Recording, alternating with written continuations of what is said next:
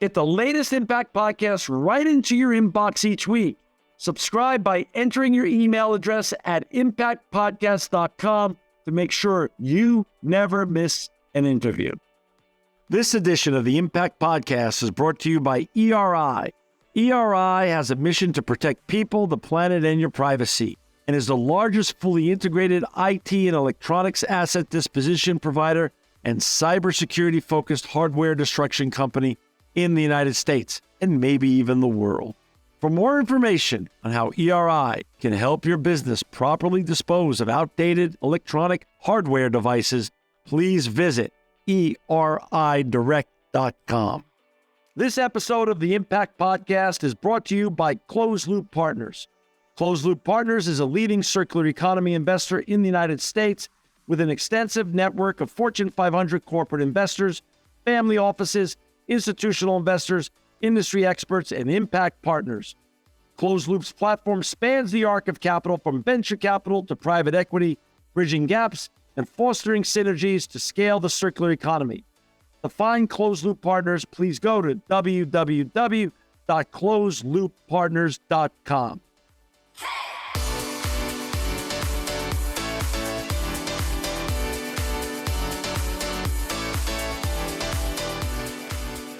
Welcome to another edition of the Impact Podcast. I'm John Shigarian, and I'm so excited and delighted to have my good friend with us back again on the Impact Podcast. His name is Tom Seager. He's the associate professor at ASU, Arizona State University, but more importantly, he's the co-founder of Morozko Forge and the author of this new book, Uncommon Cold. Tom, welcome back to the Impact Podcast. Thanks for having me here, John. It's a pleasure. Hey, listen, before we get talking about Morozko Forge, your new book, Uncommon Cold, first I have to, in truth in marketing, I have to share with my audience, I am a proud owner of Morozko Forge. It changed my life. Cold plunging and cold therapy have been tremendous for me, for my sleep, for my anxiety, for my acuity. We're going to talk about that later on. But before we get to that, I want to hear about your background a little bit. You are a professor at associate professor in the School of Sustainability and Engineering at Arizona State University. Talk a little bit about where you were raised and how you got on this fascinating and important journey that you're on right now.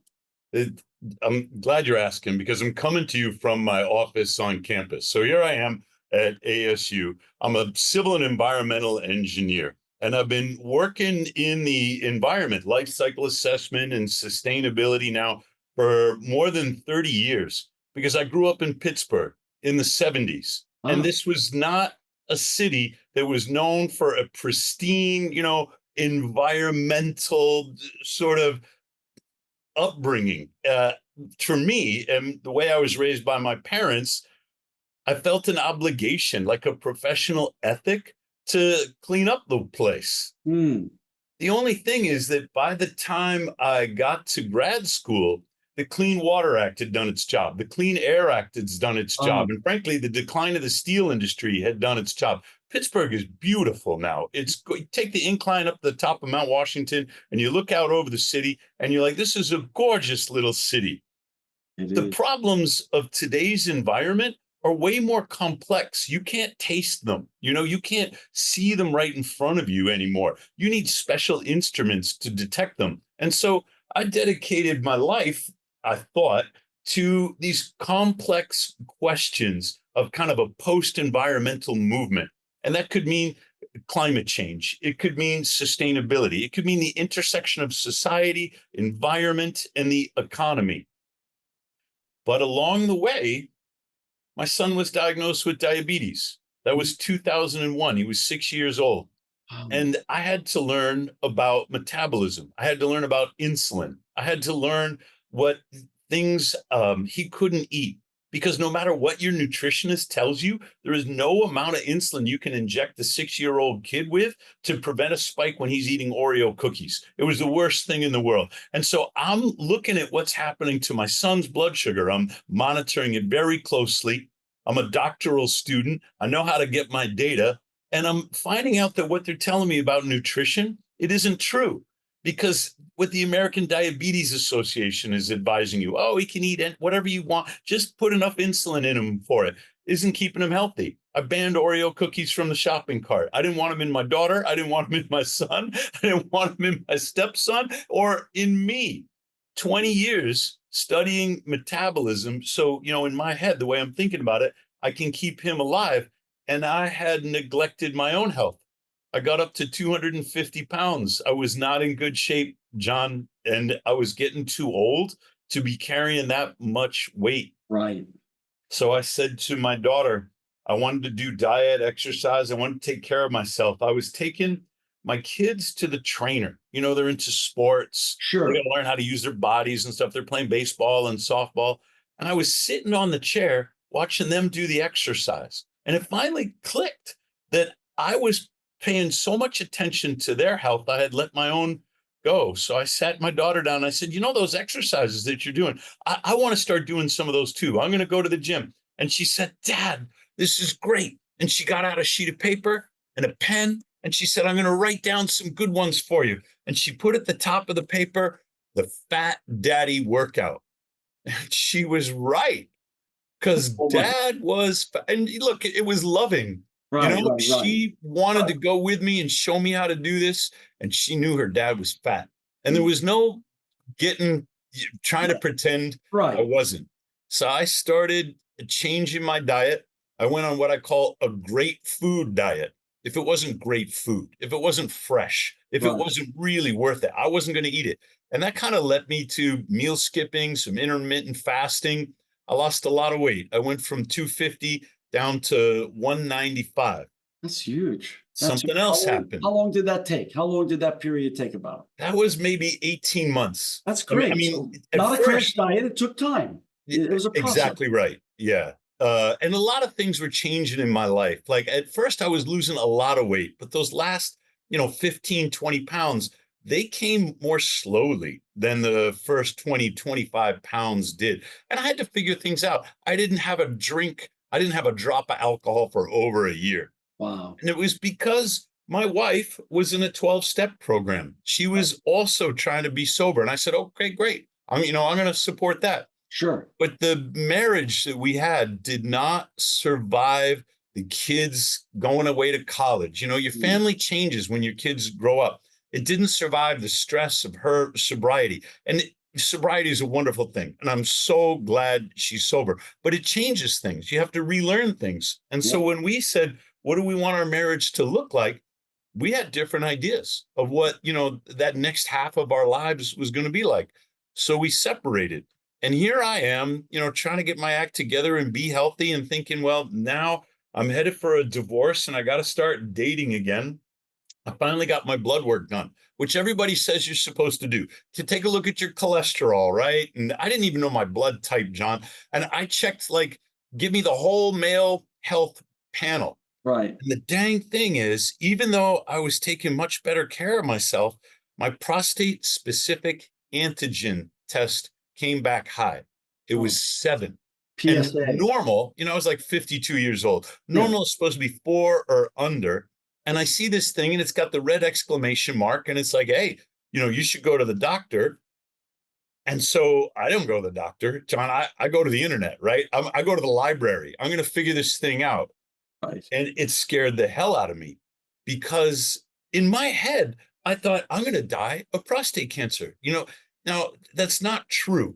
The prostate specific antigen test, it is an unreliable indication of prostate cancer. It means you have inflammation, but inflammation could be coming from anywhere. It's not a diagnosis of cancer. You're supposed to go and get a prostate exam, and then they'll tell you get a biopsy.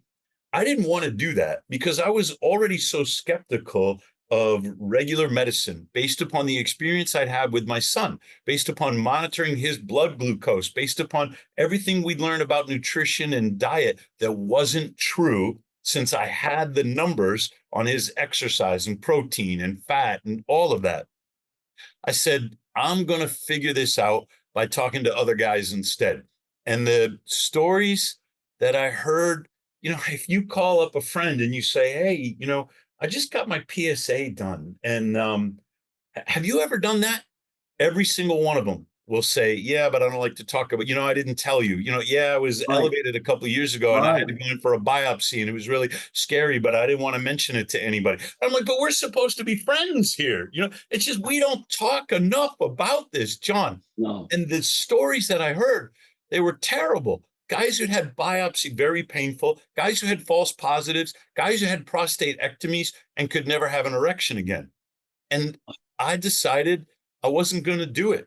I was going to find another way to treat this inflammation problem. Mm. And that's when I got real serious about ice baths. I said, I'm going ketosis with my diet. I'd learned about that from my son, and I'm going to go ice baths every freaking day. Where did you learn? You learned ketosis from your son. Where did you learn ice bath? We've been fooling around with it. Me and my former student, Jason, he and I founded Morozko Forge together. Okay. And, I was taking cold showers. I thought that was going to toughen me up. I'm working out now. Yeah. I'm going to be a tough guy. And it does. It's hard. And, I felt like I was doing something difficult. I hate cold showers. They I make hate them too. Angry. You and me too. You and me both. A cold showers, even though they say it has the same effect as a cold plunge, it is not. In terms of pleasure and after effect, man, I'm not a cold shower fan at all. Metabolically, yes, it will activate your brown fat. It has a lot of the same effects metabolically that a cold plunge does. But psychologically, a cold shower is different than whole body cold water immersion. And there's a study out of Finland that monitors heart rate, and I've measured some brain waves. And this is a physiological difference between cold showers and whole body cold water immersion that we can pick up on. And there's some good reasons for it. So when my former student, Jason, said, hey, well, we're going to do some ice baths, I get in the ice bath just because I'm like, sure, I'll give it a try. Totally different response. The cold shower revs you up, your heart rate goes up, and it never brings you down. But when you get into the ice bath, about 15, 30 seconds later, the physiological reason that it's different is because it activates the mammalian dive reflex. Some instinctive response in your body is saying, okay, he's going in the water. He's going to go get the lobsters, or he's going to go spearfishing. Whatever our ancestors used to do. He needs to conserve oxygen. We're going to slow his heart rate down. We're going to activate his parasympathetic division of the central nervous system here. This is the rest and digest, because we don't know how long he's going to be holding his breath. We don't know how long he has to. The dive reflex is to prepare your body to be underwater. Whereas the gasp reflex, that's the first 15 seconds. You get in there, it's like the fight or flight, the sympathetic nervous system. And you never get out of that fight or flight when you're in the cold shower. I probably shouldn't say never. Some people have a whole different level of meditation than I'm capable of. But me, it just revs me up and never brings me down. Whereas the ice bath experience I had that first time, I'm like, well, this is magnificent. Sign me up for more of this. And then I come out and I feel fantastic. But that's not why I started doing it every day. I started doing it every day because I was scared as hell. I mean, on some level, I was scared for my life. But I didn't tell my daughter about my PSA test. I didn't tell, my wife whom I was separated from, or any of my kids. Or the only ones that I told were the close guy friends that I felt like I needed their knowledge and their wisdom, And I didn't tell because I was afraid my daughter was going to say, Dad, I want you to go to the doctor. Dad, I love you. I want you to take care of yourself. I was afraid that she was going to make me feel so terrible that I was going to, wind up having a prostatectomy or something kind of against my instincts. So I kept it to myself. I say, I got in there because I was scared. And it still happens. When I look at that ice, and I know it's cold, I still get that anxiety. The worst part is the first 15 seconds before I actually get in. And then the next 15 seconds, you structure your breathing, you take control. And at about 30 seconds, what was I even worried about? You're better than me nice. because my 15 seconds actually lasts a minute because I'm making excuses for 60 seconds prior to get in. And when I see the ice floating, I'm like, how many pieces of ice is that? Oh, then I look at my phone. Maybe I got to answer this text. So I create 60 seconds of torture. And I said, just enough, get in the damn thing. So It's so true. yeah. Joe Rogan just posted, I guess it was January and it's cold out. It's winter. He's outside and he goes, there is no part of me that wants to do this right now, which is why I do it. Because you got to make yourself do some hard things. Well, we're going to talk about that, but I don't want to let the podcast get biased without saying Rogan is a Morozko Forge guy also at his house. So I mean, Morozko Forge, and there's a lot of great people that talk about cold therapy and the benefits of cold therapy, including Joe Rogan, Andrew Huberman, Gary Brecka, now the UFC famous Dana White. I mean, this is not woo-woo stuff we're talking about here. This is science-backed. Your book is a science. This is like a thick science-based back book. I got almost 600 footnotes. It's in amazing. That book. Your book is just tremendous. It's 3 times larger than my dissertation, John. Like that's how much I put into that book. You put a lot into it. I know it took a good amount of time and of your life and of your focus, but I think it's well worth it because I don't think there's another compendium of information on cold plunge. People can find great information out there, some great podcasts on it, some great posts on it, but to find one book with all the information that you need to know about cold plunging and cold therapy, it's right here, Uncommon Cold. You're going to be able to buy this on our website and, of course, on Morozko Forge, but this is a great book, and eventually it's going to be available, I think, soon enough on Amazon.com eventually too. This is the book to get to learn about cold plunging. So let's just go back to your prostate for one last second. Ketosis in combination with cold plunging. How long until you started seeing the needle move in the other direction? Almost immediately. Like it took about a month and I started seeing improvement. Less than 6 months later, my PSA came down to 1.5, which is totally out of the risk zone. It's like a normal reading, no big deal. But something else happened because my total testosterone went through the roof. And this was an accident, John. I wasn't trying for that. I was going in the ice bath. I came out and I was cold and I would do some exercise, not even like a lot, but some push-ups or some pull-ups. I learned, to take my steel mace and swing it around my head without breaking any windows. And I enjoyed that. It made me feel, masculine and tough. And then I'd walk to campus. I lived about a mile away at the time, so I would get my steps. And a male health panel 4 or 5 months later comes back and my testosterone went from the 700s, which everyone would consider healthy. You're doing great. You're a fat guy in your 50s, 700, fine, 1180. And guess what had the red exclamation mark? My PSA now is normal, but my lab report says my testosterone is out of range too high. So I got to go back to the internet and I got to say, what is going on? Now, I'm not complaining. Like, this is a good thing. And I'm feeling this, like the energy that I'm feeling, the confidence that I'm feeling, the libido that I'm feeling. I'm in favor of all of that. But I have to know what happened. I find this 1991 study. Nobody has ever really looked at this except for this one paper that hardly anybody pays attention to. It's coming out of Japan, and they did a study of exercise and then cold. And if you do the cold after the exercise, like everybody tells you to do it, testosterone goes down, and luteinizing hormone, which is what stimulates your gonads to produce the testosterone, luteinizing hormone goes down too. And for some reason, the Japanese switched it around. They said, okay, well, we're going to do the cold first, and then we're going to do the exercise. And guess what? Testosterone goes up, luteinizing hormone goes up. And that was exactly what I was doing, not because I wanted to boost my testosterone, but because I wanted to treat my prostate inflammation. And I was just so dang cold. I'm like, okay, I got to warm myself back up. So this explained the phenomena. I took this to my urologist and I said, look, aren't you going to congratulate me? Aren't you going to give me a big pat on the back? he said, I want to do this other test. At the time, I didn't know what luteinizing hormone was. I hadn't figured out the whole library. I hadn't read the Japanese study. And that's what he wanted me to, luteinizing hormone through the roof, 8.9 out of the scale. He thought I was juicing. He thought, 1180, there's no way. This guy, I got to get Seager off the roids. But when he got my luteinizing hormone test, he knew that I was natural. My body was stimulating itself to produce this testosterone, which is exactly what the Japanese study said would happen.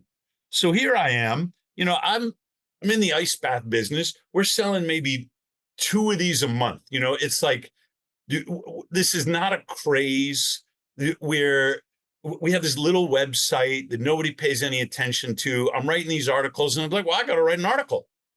Nobody read it, John. Like, who is going to find this and who's going to pay attention to me? But then I remember December 2022. I'm in Iceland with AJ. We're going to go see the Northern Lights, and Morozko is getting bigger by now. And Joe has his forge. And I get off the plane and I get my service back on my phone and it's blowing up. And people are going, Tom, you're on Joe Rogan. I'm like, well, no. I would know, if I was on. I was on Joe Rogan, yeah. Joe Rogan is reading your article about your testosterone. He has David Goggins on. And this was when this Liver King, just got outed for using roids, and to which nobody's surprised, I guess, except maybe Paul Saladino, who's like, I didn't know. But the thing is, testosterone was in the news. And Joe goes, hey, there's this guy, and he had his PSA. He tells the whole story because he reads out my post. All of a sudden, the views on that article go way up. You have to pause the video. You have to zoom in to find out. Like, he never mentions my name. He never tells people where to find it. But I start getting DMs from guys all over the world. And guess what? Their testosterone is going up too. They're like, I tried your protocol. I started doing cold showers. And then I did my workouts and I feel all this energy. And now my T levels are going through the roof. Last week, I talked to 2 guys. They were both in the 200s. So they were on TRT. They got themselves up to 700, 800. Well, what you and I would consider healthy, And then they read my article. They said, I'm going to do ice baths. Then I'm going to do the exercise. One of them was at 1,300 and one of them was at 1,500. And I said, well, hang on, guys. Like, you're going to stop the TRT now, right? And they go, I'm not so sure. And the reason they're not ready to go off the TRT, the testosterone replacement therapy, right, is because they were in such a bad place in their lives when they were down in the 200s. Yeah. Like, both of them are saying, I didn't know if I wanted to be alive. I didn't know what was going to get me up in the morning. And there was my wife and there was my kids and I had no energy and I couldn't do anything. And I started having these ideas like they might all be better off without me. And I'm afraid that if I don't do the TRT, what if I go back to that place in my head, mentally, psychologically? right. They're not worried about getting buff, John. I'm still I weigh 210 now because I gained back some of the weight. I'm not obese like I used to be, but I'm still a fat guy and I'm going to be 58 this year.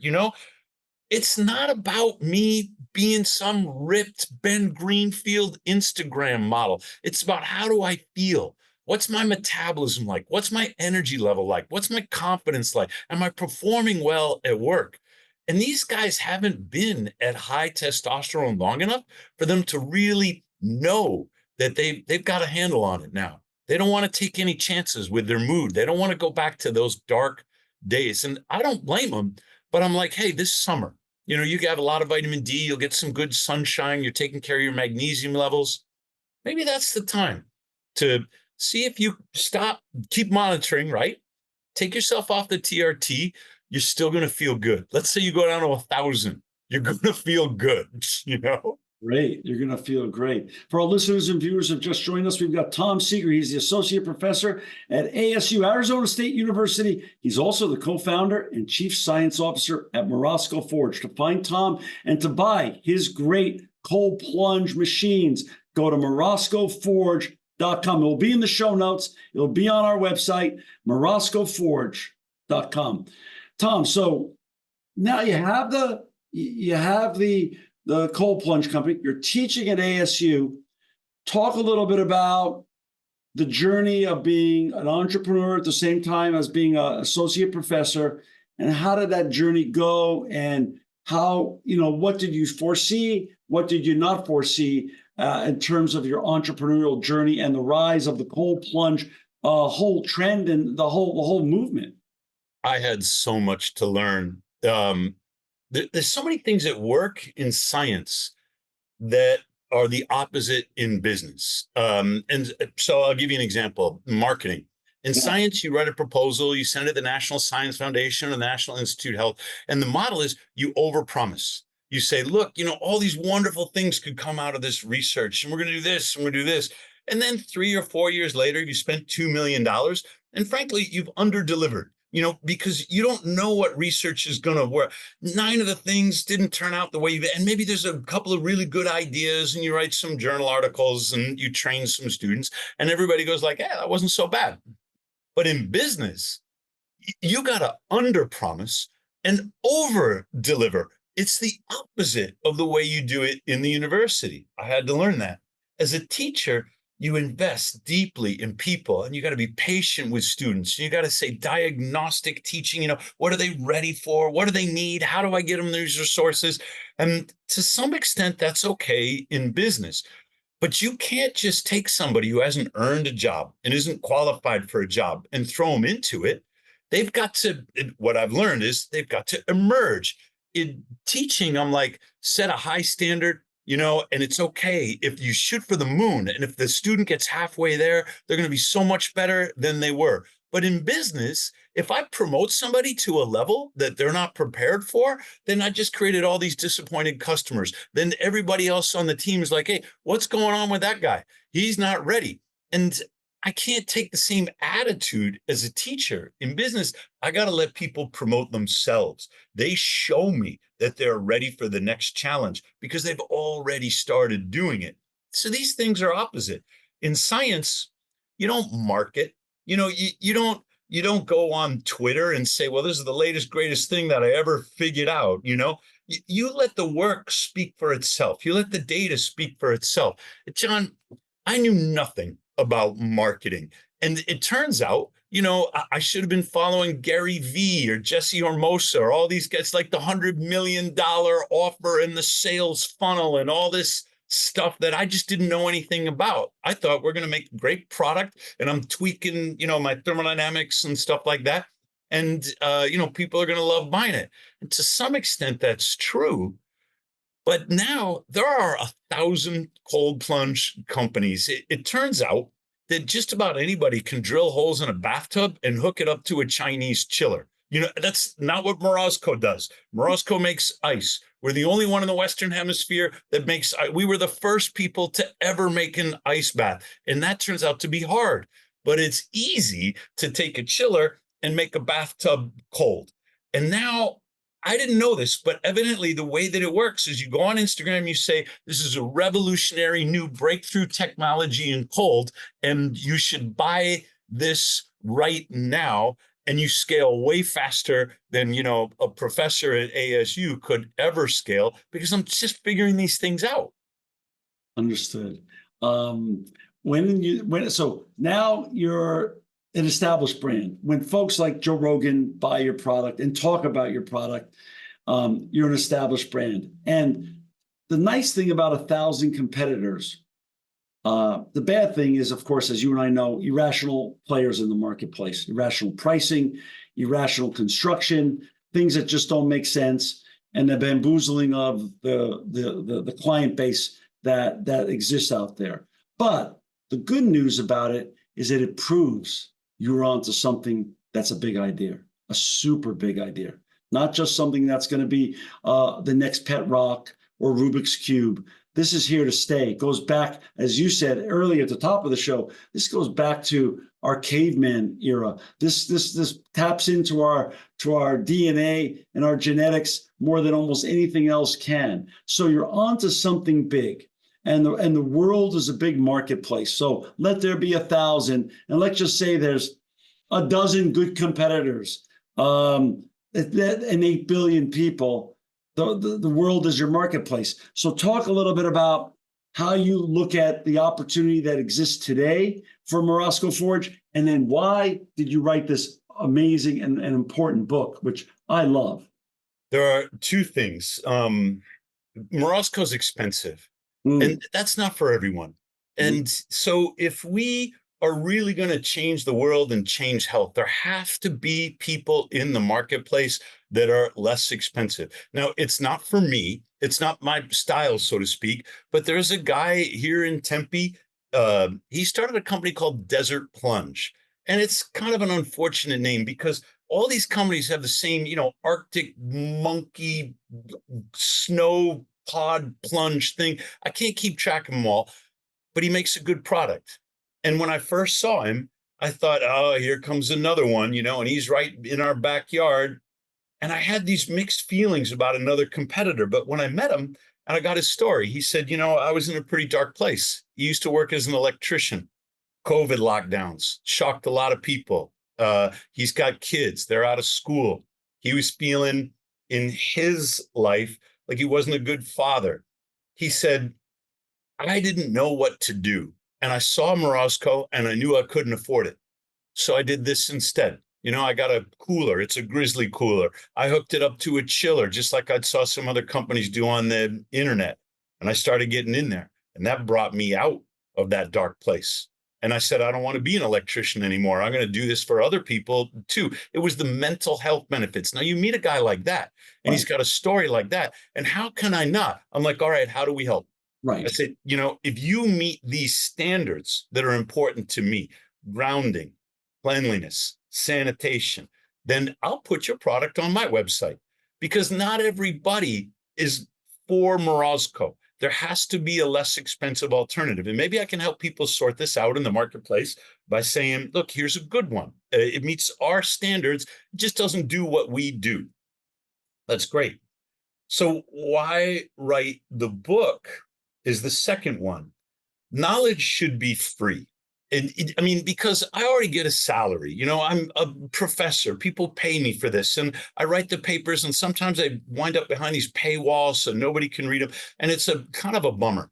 I've written everything in the book you can read it for free at morozkoforge.com. You don't have to buy the book. But people were saying, you really got to put this all together in one place. I want you to curate it for me so that I don't have to go sort through all these. And I'm like, yeah. But then the lockdowns lifted. I finally got to see my mother. This goes back over a year now, year and a half. 2 weeks before she died, I got to visit her. Dementia, Alzheimer's in the extreme. She has no idea who I was. Like this visit, it was not really for her. It was for me. Right. And I knew it was a goodbye visit. Right. And then she passes on, which was merciful. And then I thought, they're right. I got to write this book. I got to put it in a place where people can find it. I did a chapter. There's 2 chapters on the brain. I did a chapter in which I talked about Alzheimer's. Gary Brecka is doing a really good job. He calls Alzheimer's type 3 diabetes. Right. Alzheimer's originates in a disorder of the metabolism. And my mother didn't know. My mother went to Harvard. She met my father at Harvard. The epicenter of nutritional misinformation at the time they were there was Harvard University. She thought that margarine was better for you than butter. You know why? Because that's what the margarine industry told her. That's what she fed us when we were little kids. She battled weight problems her whole life and nothing that she did worked. And so when I went to visit her, I watched her eat breakfast. Breakfast was cream of wheat made in apple juice with an Ensure drink and a cookie for a dessert. John, that's sad. They finished her off with carbs, and everybody is well-intentioned here. They're not doing it out of malice, but they're doing it out of misinformation. I said, these people are right. I got to get that book out. Even though I look at the book and I see everything that's wrong with it. I'm like, oh no, I should change that. Oh no, I forgot that part. I got to get another one. But it's got to be in a place where somebody can say, okay, I need to know about autoimmune disorders. And they flip to chapter 9 and they're like, holy crap, I didn't know. Here it is, multiple sclerosis or Parkinson's or whatever it is. So where people can read about what they care about in this context, and they can get the scientific good information instead of whatever they're getting off of Instagram. So I said, I'm going to write it for the people that are asking for it. We've only printed up 300 copies. And now people are like, are you going to do an Audible version? Are you going to get this up on Amazon? And I'm like, dang it. The answer is yes. Give me a minute. Give me a few months. We will revise it. We will get it on Amazon. We will. I will I will read this thing so you can listen to it in the car, and more people can have this knowledge. Let's talk a little bit about what's in the book and what's important to cover. I studied the marketplace after getting into cold plunge last year in Los Angeles at my favorite cold plunge place in Los Angeles, Remedy Place. And I had to study the marketplace and to find out what the best equipment was to put in my house. And I discussed this with many different companies, and I've shared this story with you offline, Tom. By far, the Morozko Forge was the best. Like you said, not only the only one that produces ice, the only one that also grounds you, has the ozone, has the filtration system, is wonderfully well-sized. And you guys do what you say you're going to do in terms of under promise, over deliver. I remember I was told by your salesperson, I think it was an 8-week delivery period. I think I had my Morozko Forge 4 weeks later in my house, and it was operational. It was amazing. And I've been nothing but thrilled with it since that day. And I try to use it at least 6 days a week. And I sort of regret the 7th day when I miss it. Talk a little bit about what people can expect to find in this book, and what are some of the myths that you bust, and some of the important topics and important benefits that people could get from cold plunge that you lean into and discuss here. I'm really happy that you are so pleased with your Morozko. Thank you for sharing that. We have the best warranty, for example, in the business. It's cover to cover. There are no disclaimers. There's no loopholes in the warranty. And the reason is, when something goes wrong, and my gosh, John, the last 5 years, like, a lot of things have gone wrong, but we want our customers to call us up, and we want them to say, oh, my pump leaks. But we need to know that, because how can we make it better if we're not getting that feedback from the customers? And so I will send somebody to their house, and we will figure out what's wrong with that pump. And I've probably spent $250,000 in the last 5 years trying to find a pump that will work under our freezing cold temperatures. And I'm still struggling. Like, we're still testing pumps. Finally, my engineer said, get me the pump that keeps the water out of the Alaskan king crab fishing boat. I want one, whatever is pumping their bilge. I want that in. And I'm like, you're right. We just gotta, it's going to be more, right? It's going to be more expensive. We're going to find that pump. It's going to be made of stainless steel. It's going to be bulletproof. And that's the one that we're going to use. So this is our attitude. And you see, when you're feedbacking, you say, I'm so pleased with it, and it's the best. And I go, yeah, and then this is the 3 ways that we could make it better. That's the tension. We are obsessed as engineers with, like, wringing out every ounce of performance that we can get.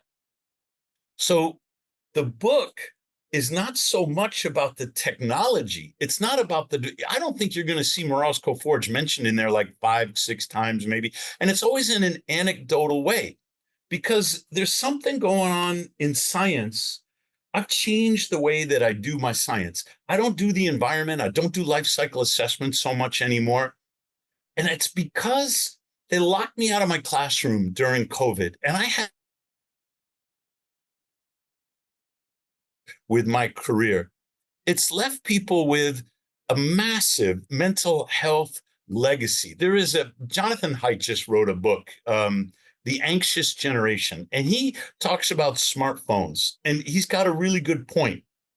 The children have been raised in a phone-based childhood rather than a play-based childhood. They're anxious, they're depressed, they're subject to these mental health disorders. And what's the remedy for them? Well, it wasn't a Zoom classroom. It wasn't, the way I had to teach when we were on lockdowns. And so I thought, I want to change the way I do science because of the personal experiences that I've had. And I'm going to take those personal experiences and I'm going to blend them with the scientific research. So when you read the book, you're going to read about things that happened to me. And you're going to read about the mechanisms that explain the things that happen. So one of the things that happened, I got this PSA, and then I boosted my testosterone. Now let's go to the library and let's find the science that explains the experience that I had. You're going to read about Dean Hall. He had two types of cancer. One of them was leukemia. He decided, because his leukemia, not treatable, no radiation or chemo was going to save him from dying of leukemia. He decided he wanted to do something to inspire other cancer patients. So he goes to his doctor. He says, I'm a swimmer. I want to swim the entire length of the Willamette River in Oregon, where I'm from. I'm going to set a record on my way out, and people are going to know that, even if you have cancer, it's worth doing something with your life. And his doctor said, you so much as set a foot in the public pool, it could kill you. Your immune system is so degraded, Dean. What are you thinking?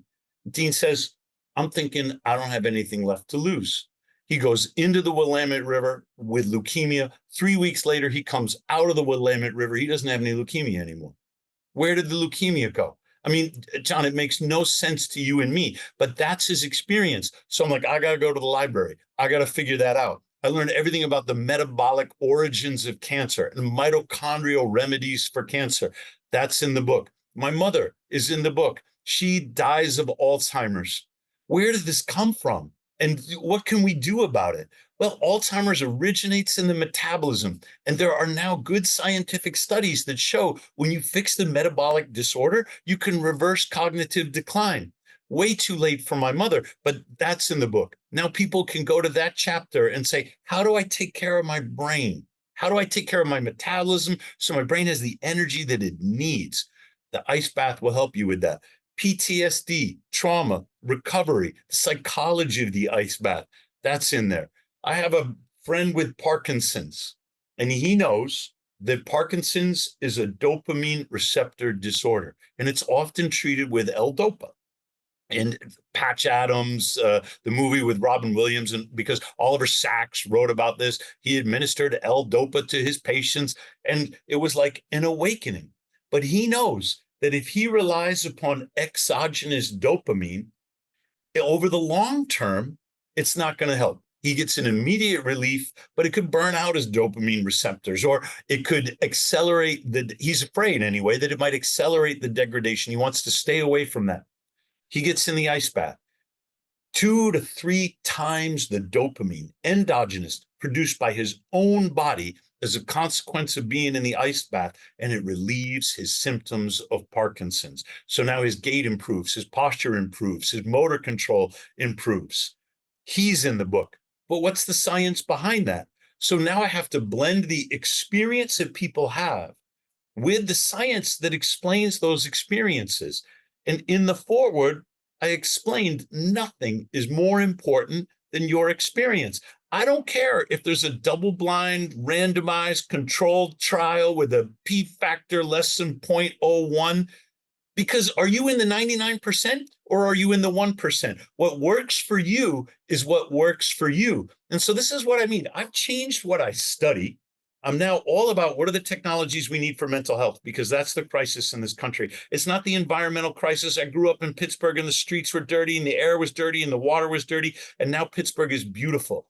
I'm prepared for a different crisis. I mean, my education was all about the environment and pollution, but that is not the crisis that we face here in the second part of my career. So I've retooled my career. It's technologies for mental health. How do I build resilience in human beings? And I'm changing the way that I do the science. I start with the human experience first, and then I go to the library. Then I go to the laboratory. Let's explain what people are already trying to tell me.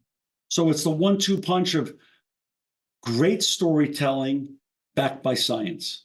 You got it. I love There's it. a really good book.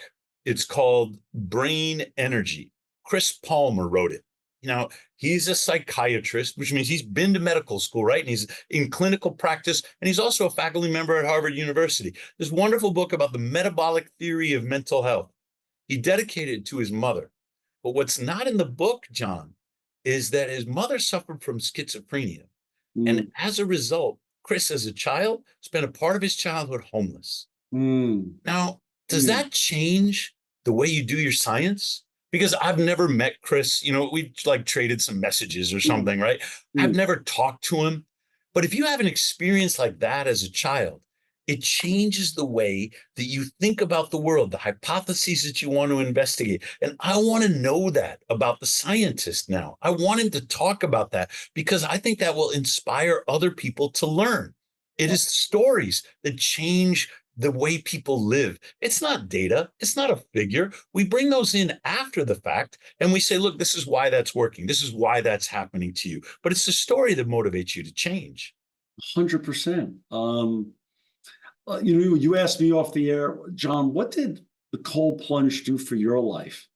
And I shared with you my mental acuity was directly impacted. My anxiety level on a daily basis was reduced, and my sleep improved. Is it perfect? No, but who has perfect sleep? But it's much improved. I also, as Brecka talks about, or Dana White, even more specifically, who has a very personal relationship with Brecka and credits him with teaching him how to live his best life in terms of health and wellness on his journey. He said he doesn't even go to a city now without scoping out where he's going to be able to cold plunge because he feels it shreds weight and also puts him in the right mental space. I would agree with both, by the way. And I try to scope that out before I go somewhere as well. And sometimes fortunately and sometimes unfortunately, because it's hard to find in some cities still. But acuity, anxiety, and sleep, are these common themes that you've come across time and time again? Yeah, I'm glad you mentioned them because the reputation of the ice bath is it's for, the Spartan racer or it's for the bodybuilder. And certainly there are a Huh. lot of good examples of that. But I was talking to a guy in the NFL. Um, he's an offensive lineman. He just signed a big contract. And we'll probably do some social media. He loves his Morozko. I said, Good. what does it do for you? What do you get out of it? He goes, it's about the mental acuity. It is the mental game. And I'm looking at him, he's 6'3", he's 310 pounds. And then it clicked for me, John, there are bigger guys than him. Like he's enormous, right? But he's going to line up next to a nose guard or something who could be 6'5", 340. What makes him so successful at his level when the guys that he was playing with in college, who might have been stronger or even faster, haven't attained it? At his level, it is the mental game. And so I looked him up. He hasn't been called for a false start penalty since he started doing his ice bath. And I'm like, this is a great story right here. You Like, got to get that up. I mean, right? Because you got to make sure mentally in the he's NFL, sharp. you got to make sure every college coach and every coach in the NFL hears that story. They'll all buy Morozko forges. They don't want ever to be offsides. Come on, that's awesome, Right. Tom. That's awesome. And so this is sort of the hidden part that we don't quite talk about enough. I mean, Joe Rogan's really good at this. He talks about it and he's so buff and, he's taking testosterone and he's hanging out with his MMA guys and stuff. But he says it is the psychological. It is the Yes. doing the hard things. This is why he goes so cold. And he's teasing Huberman about it. Huberman's like, I don't know, Morozko might be too cold for me. And Joe's like, I don't like what I'm hearing. 33 degrees, because that's what really scares you. You never get used to it. So the guys who are regular practitioners, they're telling me the same thing that you're telling me. Anxiety, mental acuity, that cognitive performance is why they're doing it. And it's the weirdest thing, John, because you're super successful. I've visited your facility. I've talked to your people. They're so well organized that, you've got the materials coming in and it's all sorted out and people are performing at an extremely high level. And for me to see that, we say, well, what's John got to be worried about? John's got his act together. Nobody really knows what it's like on what it takes to build an organization like that. And you probably go through there and you're going, Here's the 6 things that could go wrong at any minute. Is that fire suppression system? When was the last time that was inspected? Hey, have you looked at the filters on the centrifugal? What's our particle count? It smells a little funny. And like all of the things that could collapse it. If we're not paranoid to some extent, right?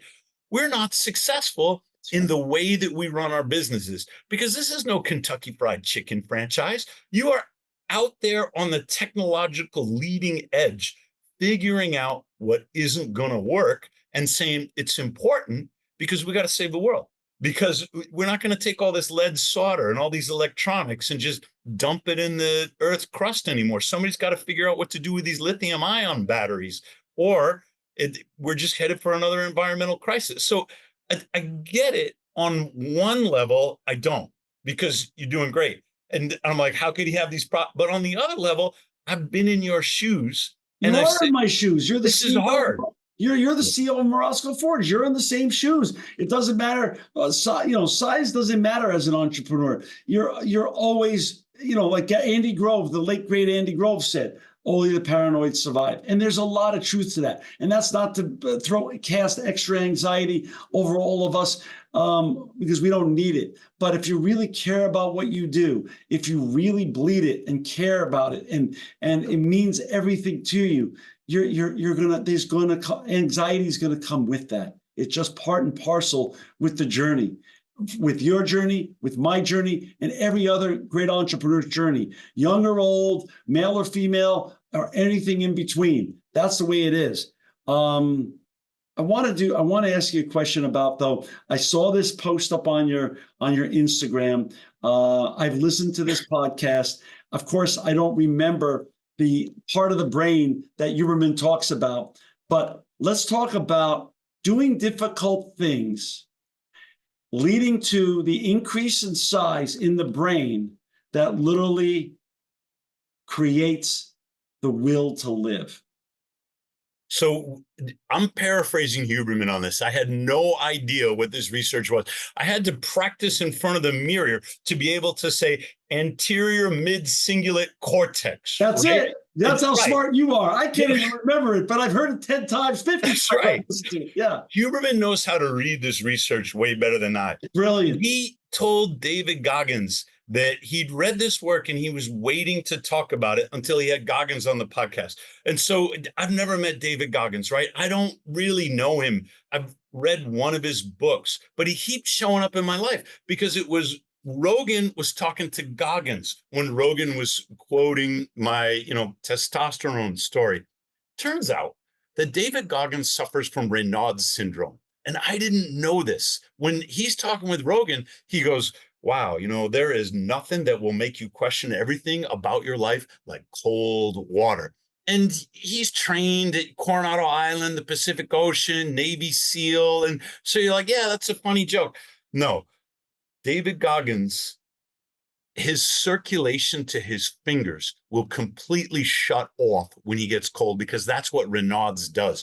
Renard's is the combination, the interaction of a physiological response, vasoconstriction, and a psychological response, extreme anxiety. And when these two feed off of one another, it shuts down circulation to your extremities. When Goggins says that cold water makes him question everything in his life, it's because of his Renard's. So he goes on to Huberman, and Huberman says, hey, David, I've been saving this for you.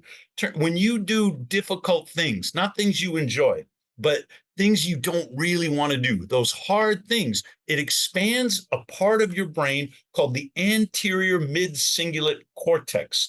And some scientists believe that is the seat of the will to live. That is where your willpower to keep going when you have lost all hope and you are in despair. What gets you up? What gets you moving? What gets, Rocky up for another round, so to speak? It is the anterior mid-cingulate cortex. And Huberman meant it as a compliment. They talked about the ice baths. He's like, if you enjoy the ice bath, you're not going to grow your anterior mid-cingulate cortex. But if you hate it and you do it anyway, that expands the part of the brain that is the will to live. And he meant it as a compliment to Goggins, because Goggins probably the toughest man alive, right? Yeah. One of them. It was like a month later that Goggins posted a picture of his hands. And he said, this is on Instagram. This is what cold does to me. And they are chalk white. You can resolve Raynaud's, and you can do it using cold therapy. It's called exposure therapy. So you give yourself a little bit, and then a little bit more, and then a little bit more. AJK, she wrote the foreword to my book. We've been dating now for more than 7 years. She suffers from Raynaud's. She was never going to get into the ice bath. But then her daughter challenged her. Her daughter, 9 years old, gets into the ice bath because she sees me doing it, you know? And this kind of, as a mom, you're like, hey, should I really, my kid's getting in? Is that a good thing? But her daughter was born with cerebral palsy, went through a year of, the Forrest Gump leg braces. Doctors didn't know if she was going to walk. And she said, Mom, this feels really good on my feet. Can I go in a little more? Can I go in a little more? And so she's up to her armpits, 9 years old, 34 degrees. And she goes, I really like it. Mom, when are you going to get in? Now, what's AJ going to do? I mean, she could tell her daughter how brave the daughter is, but, it's not really for mommy. She could say that, but she didn't. She said, all right, I'll give it a try. She did one ice bath. We've never posted the video, but she wanted, to be there in solidarity with her daughter. And then she went to the hospital with acute abdominal pain. She was diagnosed with a liver tumor. Inoperable. Can't radiate it. Chemo isn't going to help it. They told her watchful waiting was all they could do. What the hell is that, John? Watchful waiting, it sounds like a death sentence. So AJ said, well, what am I going to do? I said, you're going to do what I did. You're going to do ketosis. You're going to do ice baths. We're going to see if we can treat this thing metabolically. That's what got it in there. That it was the coaching and the support and the inspiration of her daughter. It was the breathing exercises that got her over her Raynaud's. Now, we do have a video where she talks about her Raynaud's. She talks about her gas reflex. She went back for another scan, and that tumor shrunk. This is the power. Now, we're not even talking anterior mid-cingulate cortex anymore. This is the power of gaining control of your metabolism back, of the metabolic healing. She's not out of the woods. She doesn't know what's going to happen with this tumor, but she knows not to be drinking the soda anymore, not to be drinking the fruit juice. She knows that she's got to stay in ketosis. And every once in a while, when that fear comes back, she's like, oh yeah, I got to get back in the ice bath. She doesn't do it every day like I do, because some part of that anxiety is, what if the Raynaud's comes back? She sent me a picture the other day. She said, it's been a long time, but there were her fingers, chalk white. So if I ever do meet David, I'll talk about, how we breathe through it. We can start at a warmer temperature, that kind of thing. And he's got no business taking my advice. He can figure this out for himself. What I'm trying to do is respond to your question. When we do those difficult things, it's a cliche to say it makes us stronger. And it's also true, because I get out of the ice bath, nothing can bother me during the day. Like, my department chair can call me down here and they can say, Seager, we had another complaint about what you put up on Twitter. That's okay. All right, let's talk about that. Nothing bad can happen to me. I just did 3 minutes of my Morozko, for goodness sakes. I have at least a half a dozen colleagues here at ERI, and I've challenged them. I said, you go into my ice bath or an ice bath that exists locally, and you try to have a bad day after that. It's literally impossible. It's literally impossible. Talk a little bit about the Afterdrop effect and why that's so important and what that does physiologically for us. You probably remember that Joe Rogan did 20 minutes in his Morozko, and he only did it because I think Jocko Willink dared him to. He was talking about, Jocko called me up and he was making fun of me, and because I only did a minute and a half, and I'm going to do 20 minutes. Now, it's probably the most boring Joe Rogan post you've ever seen, just him shivering in the ice bath, but he did it and he kind of proved a point. That wasn't dangerous. It's just, some people made fun of him and said, you're not supposed to do that long, but it was fine. What was dangerous was he got in his car and then he drove to his studio. You got to rewarm, because vasoconstriction will shut down the circulation to your limbs. This is part of how your body defends core body temperature. When you come out of the ice bath and you dry off and you're in the sunshine and maybe you're doing some squats or you're rewarming, your body releases the blood vessels. So now the blood can return to the limbs, but the limbs are cold. So the blood comes out of the core and it gets cooled as it passes through your limbs, and then it returns to your core in that cooled state. So your core body temperature, your limbs are warming up, but your core body temperature continues to decline. That's called afterdrop. And on the one hand, it doesn't make any sense. You're like, I'm not even in the ice bath. Why do I start shivering 3 minutes after I get out? Right. That's the afterdrop. You've got to let your body rewarm, before you start to operate heavy machinery or do anything that requires dexterity, for goodness sakes. Outside of the heavy machinery issue, walk me through. I've heard different stories, and I want you're the expert. So I've shivered up to 45 minutes after I get out, Same. But talk a little bit about, I have friends that go immediately into a hot shower or go into an exercise mode right immediately and warm themselves up via exercise. Is it better to just allow yourself to naturally warm up, whether you do exercise or not, just get dressed? Or is it okay? Do you still get the benefit of a cold therapy, even if you go into a steam room or a hot shower soon thereafter? Huberman and Sobor are really big on the warm up naturally. Right. And I think it's good advice. Right. It's your body trying to metabolically respond to the stress that you gave it. And if you go into the steam room or to the hot shower, I think what they're trying to say is you're shortchanging the experience a little bit. Yeah. And so you already did the hard work, don't mute it. You already did the hard work, don't mute it out. However, there have been people who go too far. They do too much. I would say they cold overdose. You remember AJ's daughter, she's a little older now. She's 13. Yeah. And she said, what do you mean Joe Rogan did 20 minutes? And I said, well, he's on Instagram and, she said, well, I could do 20 minutes. And so she goes into my Morozko and AJ is texting me like, I'm on my computer and I'm doing my stuff.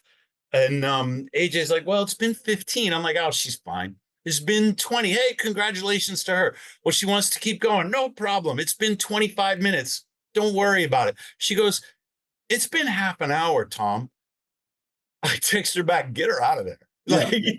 There's no point to this. Yeah. And because of the CP, because she already has some of these motor issues, John, she couldn't walk. AJ is now, right?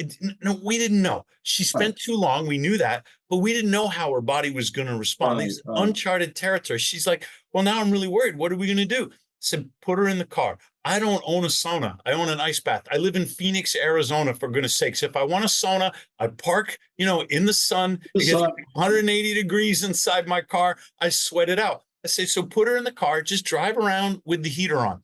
If you overdose your cold, rewarm. If you got to go to an appointment or I don't know if you go too far, it's okay to rewarm. Yeah. I had an experience where I did 14 minutes. I couldn't, operate my phone. I had no dexterity in my fingers. I drive a stick. I was supposed to go to hot yoga. And so I'm like, I got to give myself a few minutes. And I probably shouldn't have driven, but I got this appointment. I get there late. The instructor's really very understanding. Come on in. We'll just fit you right in. But John, I was discombobulated.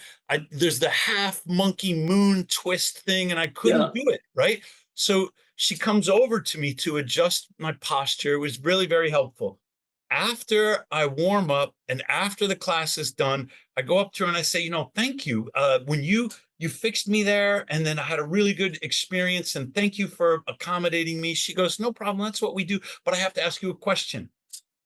What's that? She goes, was it hot enough for you?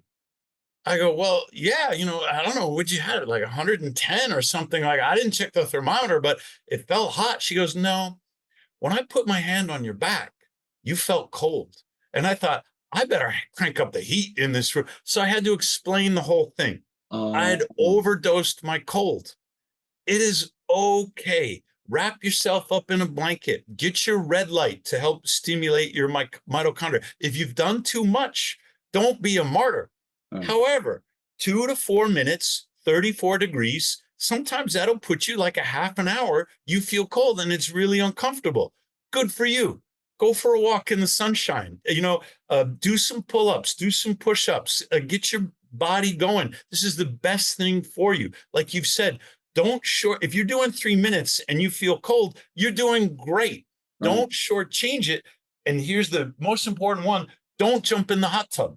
The hot tub feels great, but it is not going to give you vasodilation. And there's an interesting physiological phenomenon. It's called hydromyosis. Your body knows when your skin is wet. You will shed heat by sweating, but it's the act of evaporation. When the sweat evaporates off your skin, that's what extracts the heat. So you're exercising outdoors and you sweat and you lose that heat when the sweat evaporates. That doesn't happen in the hot tub because your body knows when your skin is wet. You will sweat from your head, or if your arms are out in the hot tub, you'll sweat from your arms, but your legs, your torso aren't sweating.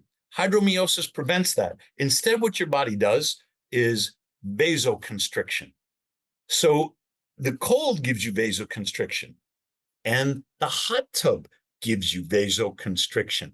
If you've overdone it and you're going to rewarm, go with dry heat because that's vasodilation, like you'll get in a sauna. Do not rewarm with a hot shower. Do not rewarm with a hot tub because you're just stacking the vasoconstriction on top of the vasoconstriction. Now, that was a real complicated answer, but it gives some very specific advice. It's great. Well, Tom, this book is amazing for our listeners and viewers. It's called Uncommon Cold. You're going to be able to buy it on Amazon soon, on our website, on Impact Podcast website, and also on Morozko Forge. Any last thoughts before we sign off on this episode of the Impact Podcast for our listeners and viewers about the cold plunge and cold therapy and the benefits they could get? One of the things that you said today was you can't have a bad day after an ice bath. And It's been true for me. I've never regretted one. Those first 15 or 20 seconds, where I'm staring at the ice and I feel like I could skip today. I'll be fine. Nobody's watching, right? Do I really need, I've done this 1,000 times. Do I need another one? Like all those things go through my head. And Joe Rogan says, you got to kill your inner bitch, man. And, it's not, my mother would not approve of his language, but he's got a point. And so I get in. I have never regretted an ice bath. So I keep doing it. I love it. And we're going to have you keep coming on this show to keep sharing the journey at Morozko Forge and the Tom Seager journey in sustainability and all the great work you do at ASU, which we're also very proud of. Tom Seager, he's the co-founder and chief science officer of Morozko Forge. To find Morozko Forge and to buy a Morozko Forge like I did and like Joe Rogan did, go to www.morozkoforge.com. It will be in the show notes. To find Uncommon Cold, you go on our website, impactpodcast.com or morozkoforge.com, and eventually amazon.com. Buy this important book. Share it with your loved ones. Share it with your family. This is a great book. I've already given away a dozen copies that I bought from Tom. I need another dozen copies because this book is where it's at. Thank you so much again, Tom Seager, for joining us on the Impact Podcast. You are not only just an amazing, great person and a lovely friend of mine and a wonderful friend of mine, but I appreciate you spending this much time explaining the important aspects of cold therapy and what you're doing at the Morozko Forge. Also, I appreciate all the good you do for this planet because those Morozko Forges, I know, change lives. And there's no regrets. You never have a bad day after you've used a Morozko Forge. Thank you, John. This has been a pleasure. This edition of the Impact Podcast is brought to you by Engage. Engage is a digital booking platform revolutionizing the talent booking industry. With thousands of athletes, celebrities, entrepreneurs, and business leaders, Engage is the go-to spot for booking talent, for speeches, custom experiences, live streams, and much more. For more information on Engage or to book talent today, visit letsengage.com. This edition of the Impact Podcast is brought to you by ERI. ERI has a mission to protect people, the planet, and your privacy, and is the largest fully integrated IT and electronics asset disposition provider and cybersecurity-focused hardware destruction company in the United States and maybe even the world. For more information on how ERI can help your business properly dispose of outdated electronic hardware devices, please visit eridirect.com.